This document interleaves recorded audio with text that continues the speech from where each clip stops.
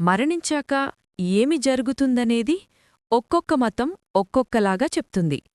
అందుకే మానవజాతి మరణభయం లేక డబ్బు, సుఖసంతోషాల మీదనే ఫోకస్ పెట్టింది.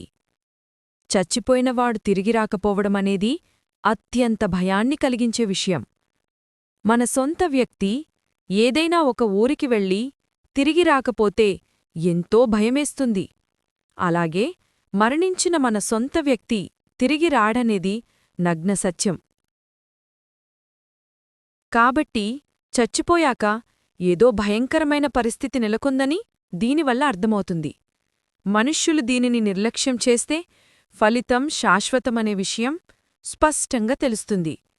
చచ్చిపోయాక ఖచ్చితంగా ఏమి జరుగుతుందనేది కనుక్కోవడానికి ఇంతవరకు ఎవ్వరూ చేయలేని లోతైన అన్వేషణ స్టార్ట్ చేశాడు మన ఫర్బెస్ట్ సొసైటీ వ్యవస్థాపకుడు. ఎప్పటికప్పుడు అప్డేట్స్ అందడానికి ఇప్పుడే సబ్స్క్రైబ్ చేసుకోండి మన ఫర్బెస్ట్ సొసైటీ ఛానల్ని. Please do subscribe and share.